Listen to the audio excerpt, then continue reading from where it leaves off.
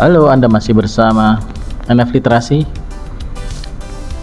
podcast di mana kita membahas segala sesuatu tentang pengembangan diri, karir, dan dunia digital. Masih bersama saya, Setio Nugroho, dan di episode kali ini kita akan membahas tentang personal branding digital. Apa itu, mengapa penting, dan bagaimana Anda bisa memulainya. Yuk, langsung saja kita mulai. Apa itu personal branding digital? Ya, kalau menurut literasi yang bertebaran di dunia maya sana ya, personal branding digital adalah cara Anda mempresentasikan diri Anda secara online, baik melalui media sosial, blog, website pribadi, atau platform digital lainnya. Di era digital ini, personal branding bukan hanya tentang membangun reputasi, tetapi juga tentang bagaimana Anda bisa menonjol di tengah lautan informasi yang semakin kita akan kesulitan untuk menfilternya ya. Jadi memang badai informasi lah ibaratnya gitu ya, tinggal kita memilah-milah.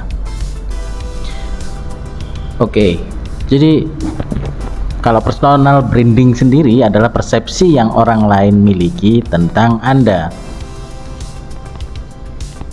Pun di dunia digital ini mencakup semua jejak digital Anda, postingan di media sosial, artikel yang Anda tulis, atau bahkan konten audio, visual, ataupun video panjang, bahkan komentar yang Anda tinggalkan di forum-forum online.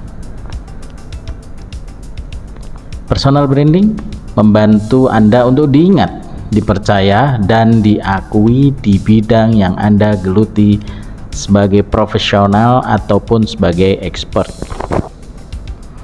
Itu ya, jadi ini lebih ke ini sih, kalau sering komen hate speech di grup-grup mamah muda atau di grup-grup apa gitu ya. Jadi misalnya Warzim nih bla bla bla bla bla bla, wah udah negatif aja. Itu juga termasuk ya, kan kelihatan tuh sama teman kita tuh kalau kita komen, kecuali kalau pakai second account gitu ya.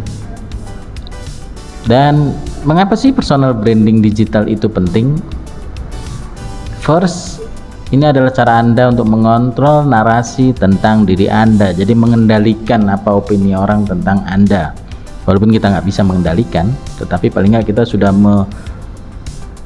kita punya role gitu ya untuk mengarahkan bahasanya. Dengan membangun merek pribadi yang kuat, Anda tentu bisa mengarahkan bagaimana orang lain melihat Anda gitu ya, baik itu sebagai profesional, pemimpin, atau ahli di bidang tertentu. Anda bisa mengatur bagaimana Anda ingin dilihat oleh publik.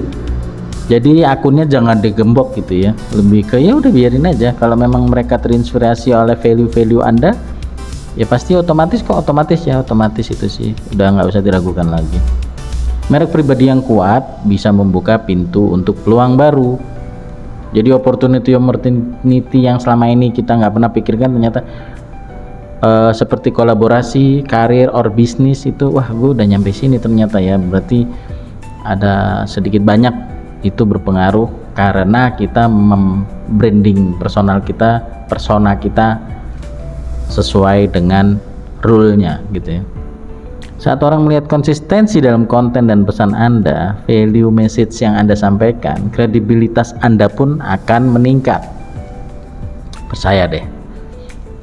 Oke. Kemudian yuk kita bahas bagaimana cara memulai personal branding digital. Ada beberapa langkah yang Anda bisa ikuti untuk membangun merek atau brand personal Anda yang kuat.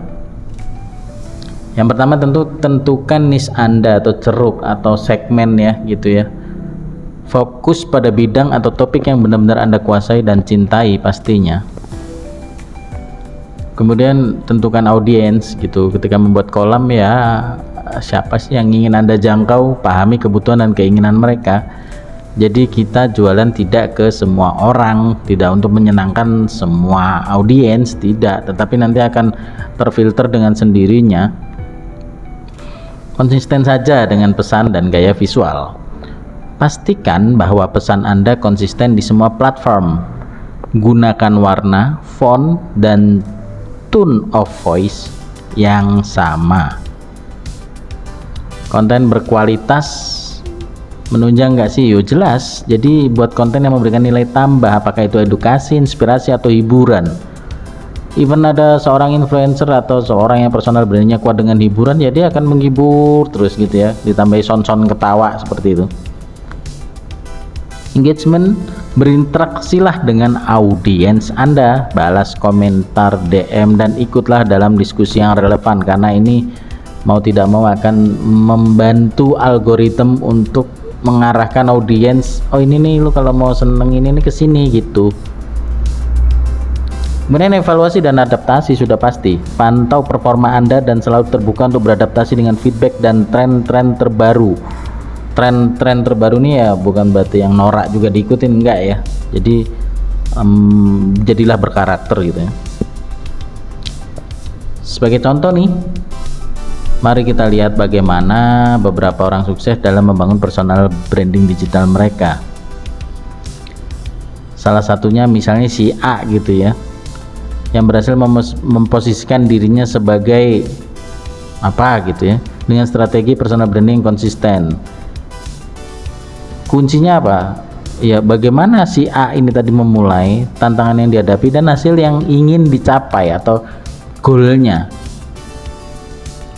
Kemudian pelajaran apa yang bisa diambil dari perjalanan mereka dan diterapkan dalam strategi Anda sendiri gitu ya. Bisa ya, bisa lah.